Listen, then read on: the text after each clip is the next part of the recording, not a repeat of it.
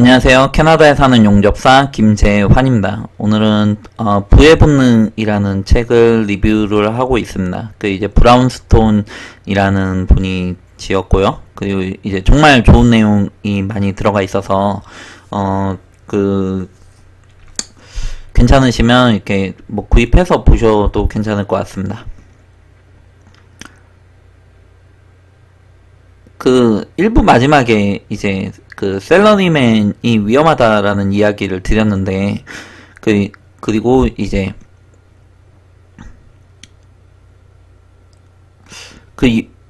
제가 가입이 되어 있는 유니온 같은 경우에도, 점점 이렇게 힘을 잃고 있어요.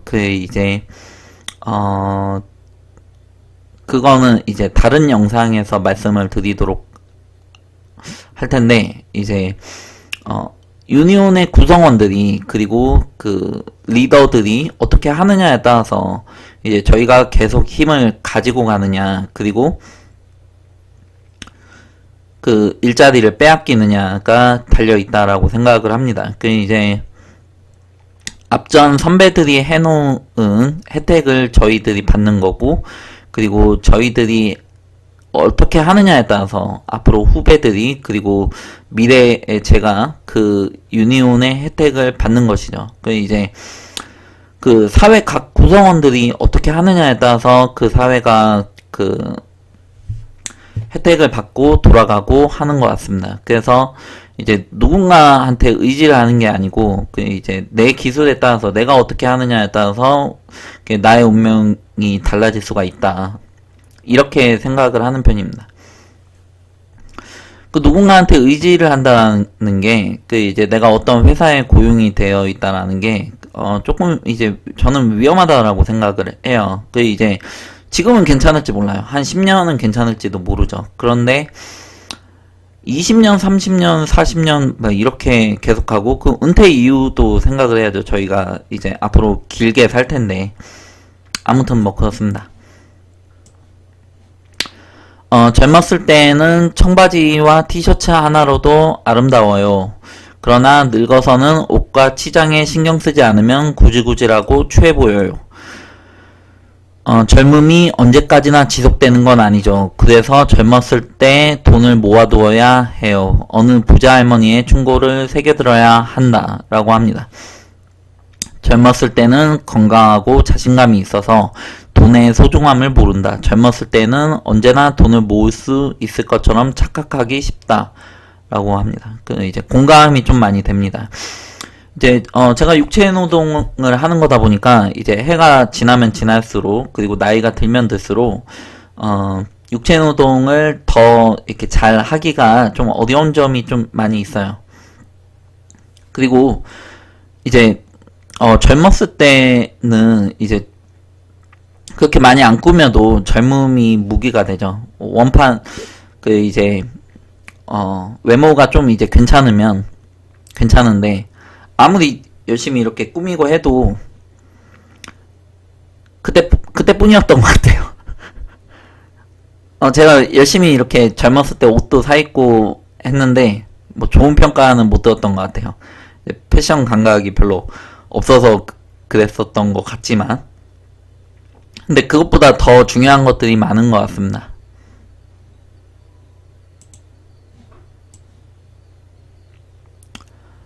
여기 또 재밌는 이야기가 나오는데, 유명 펀드 매니저가 나를 부자로 만들어줄 것이라고 믿었다. 처음엔 유명 펀드 매니저가 나를 부자로 만들어줄 것이라고 믿었다.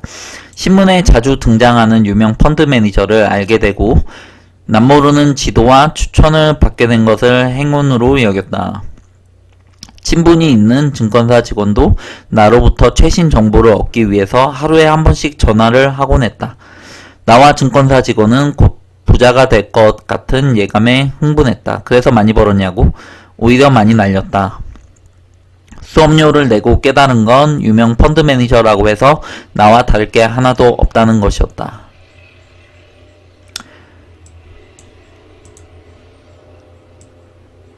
신문 방송에 나오는 전문가는 진짜 고수가 아니라 북치며 물건 선전하는 고수다. 그들은 부자도 아니고 돈 버는 방법도 모른다. 돈을 버는 사람은 신문이나 방송을 타려하지 않는다. 돈 많이 버는 것이 알려져 봐야 성가신 일만 생기기 때문이다. 또 돈 버는 방법을 알고 있는 선수가 왜 혼자서 돈 벌지 소문내서 경쟁자를 불러들이겠는가? 사실 이래저래 따지고 보면 남을 부자로 만들기 위한 숭고한 사명을 띠고 이 땅에 태어나 전문가는 없는 게 당연하다.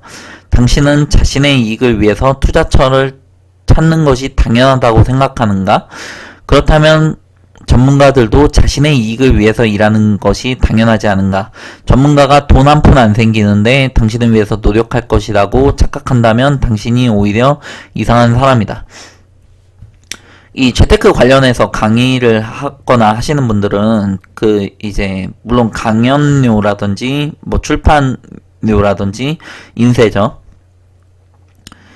유명세를 타다 보니까 물론 그런 수익도 있겠지만 이제 자신이 투자하는 그리고 자신에게 투자를 하는 사람들을 이제 긁어모을 수 있는 경향이 있어요. 그러면은 이제 누구보다 자신이 잘 안다라고 이야기를 해야 되고, 그리고 자신이 이제 전망을 할 줄 알아야 되죠. 내가 아니까 하는 전망을 할 수가 있는 거죠. 앞으로 어떻게 될 것이다 라는 전망을 할 수가 있는데 그 전망은 맞지 않다라는 이야기를 해요.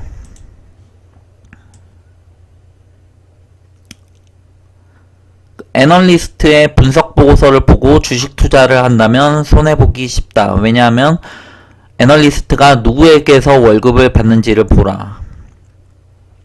애널리스트의 분석 보고서도 알고 보면 증권사의 상품을 팔기 위한 판촉 도구에 불과하다 라고 합니다.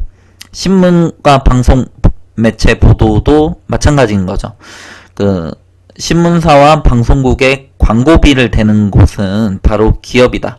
그래서 기업에 유리한 정보는 보도되고 불리한 정보는 감춰지는 경우가 많다.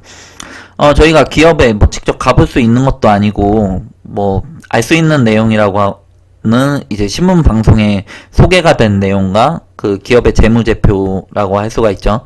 이제 그런 것들밖에 없으니까 이제 그런 정보를 취합을 해서 투자를 하는 데 있어서는 조심해야 된다라는 이야기를 하는 거죠. 이제 캐나다 같은 경우에도 이제 부동산 관련해서 이제 정부에서 나오는 자료들을 보면 당연히 보고서도 그렇고 희망에 찬 내용들이 많이 있죠. 앞으로 어떻게 발전을 할 거고 일자리가 늘어날 거고 이런 내용들이 많이 있어요. 근데 실제로 그렇게 될지 어떨지, 그리고 부정적인 뉴스에 관해서는 이제 또 다른 내용이죠. 이해관계가 얽혀 있다. 그래서 이제 참고할 거는 참고하고 투자는 자신의 몫이 되는 거죠. 시간 투자가 되었든 자본 투자가 되었든. 내가 좋아하는 말로 자극과 반응 사이에 공간이 있다라는 말이 있다. 대부분의 사람은 자극에 대해서 본능적으로 반응한다. 배고프면 먹고 예쁜 물건을 보면 산다. 이런 사람들은 자극과 반응 사이에 공간이 없는 사람들이다. 환경에 휘둘리는 사람들이다.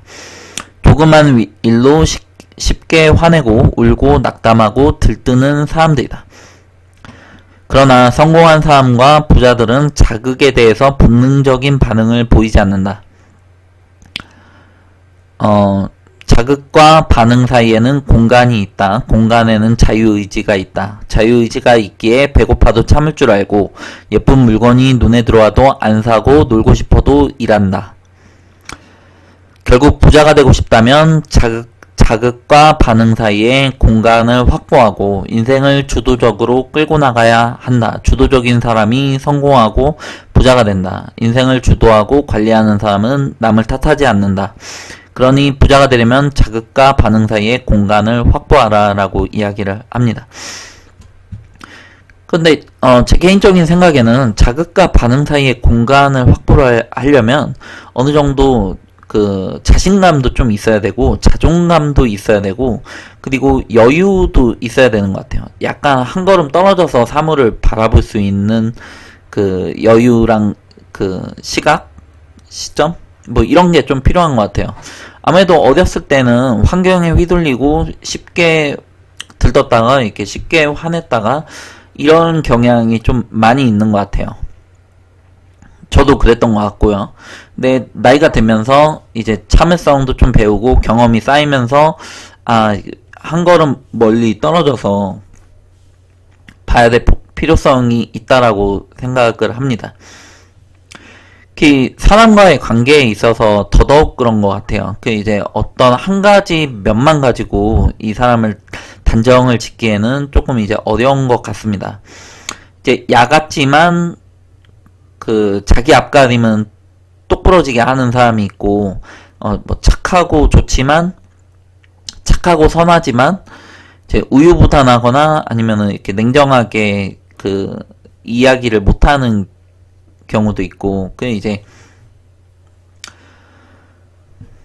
그걸 바로바로 이제 그런 사람들을 상대를 할 때 그 이제 뭐 다양한 사람들이 있죠. 저 말고는 뭐 저랑 다 틀린 사람들이잖아요.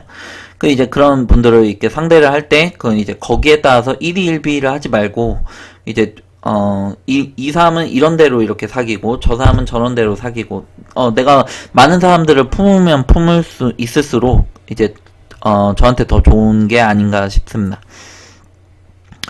바로바로 그때그때마다 그 이제 바로 화내고 바로 들뜨고 이러면 안 되죠.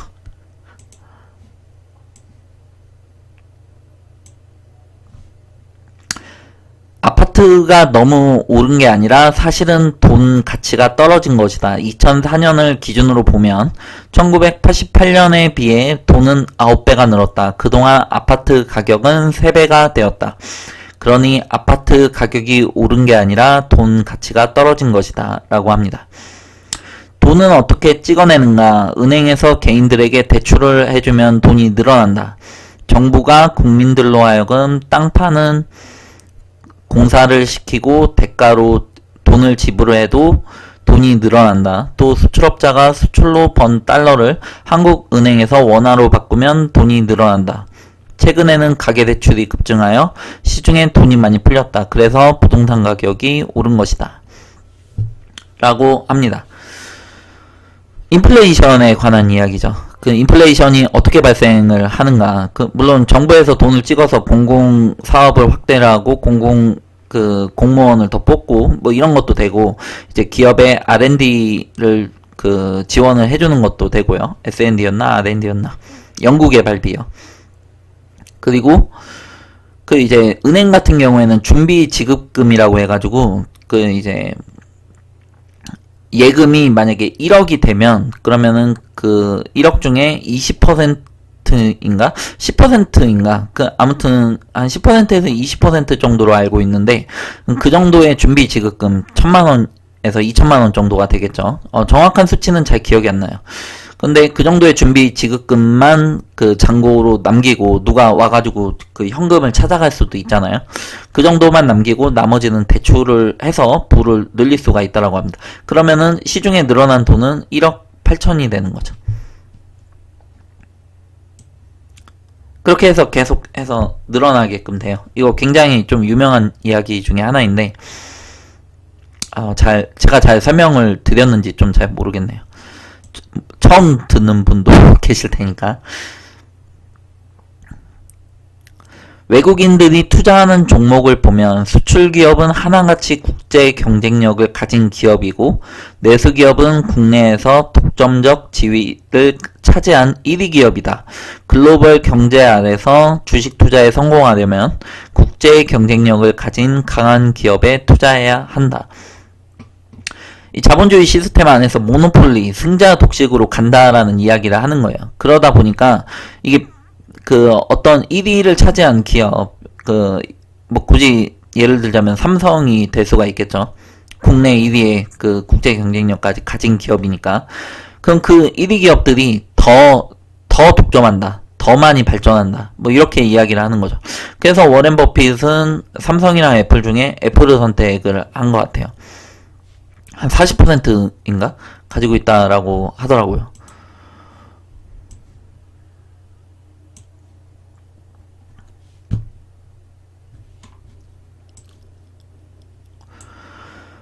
무조건 노력한다고 인생과 재테크에서 성공하는 게 아니다. 세상 돌아가는 법칙을 아는 것이 더 중요하다. 열심히 하되 법칙을 따라야 성공한다. 라고 합니다. 세상 돌아가는 법칙은 무엇인가? 80대 20의 법칙이다. 파레토 법칙이죠. 빌프레도 파레토가 발견한 파레토 법칙인데 20%의 인구가 80%의 돈을 가지고 있고 20%의 근로자가 80%의 일을 하며 그 생산성이죠. 이거는 그 실제로 일하는 시간이 아니고 20%의 소비자가 전체 매출액의 80%를 차지한다. 이 법칙에 따르면 시장은 점차 양극화된다. 승자가 모든 것을 차지하는 승자 독식 사회가 된다는 것이다. 이게 공평하고 안 공평하고 뭐 정의가 그 살아있냐 아니냐 이게 아니고 그 현실이 그렇다라는 거예요. 저희가 자본주의 시스템을 채택을 하고 있고 그 안에서는 승자 독식 구조로 가고 있기 때문에 그렇게 생각을 하면은 강남의 말도 안 되는 집값이 말이 되는 거죠. 이제 돈을 가진 사람들은 엄청 많이 가지고 있다는 거예요.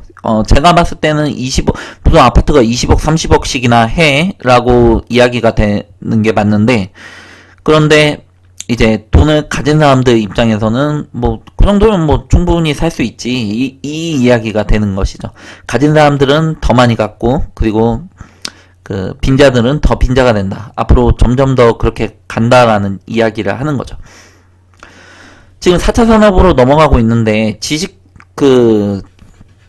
지식산업이죠. 지식산업.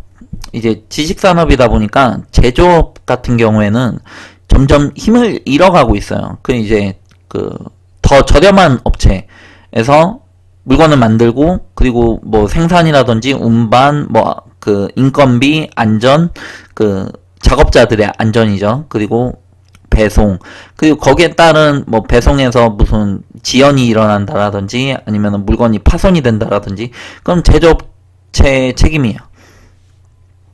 그리고 두뇌에 해당이 되는 그런 것들은 전부 다 그 원천 기술을 누가 가지고 있느냐, 특허를 누가 가지고 있느냐가 되는 것이죠. 이제 그게 파워를 갖는다라는 거예요. 그래서 이제 애플 같은 기업을 보면 이제 두뇌에 해당이 되는 거죠. 그 핸드폰, 애플 폰에. 그래서 주요한 원천 기술과 그 디자인 그리고 소프트웨어 뭐 이쪽은 다 이제 애플이 하고 제조는 이제 다른 쪽에 맡겨서 이제 제품을 만들어내는데 거의 대부분의 수익을 애플이 가져가죠. 이제 수익 차이가 좀 많이 나요. 비싸기도 하고. 그러니까 핸드폰은 더 비싸면서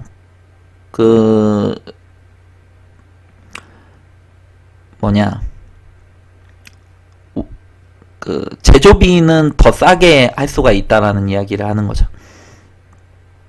제 의견이에요. 이거. 3부에서 이어서 하도록 하겠습니다.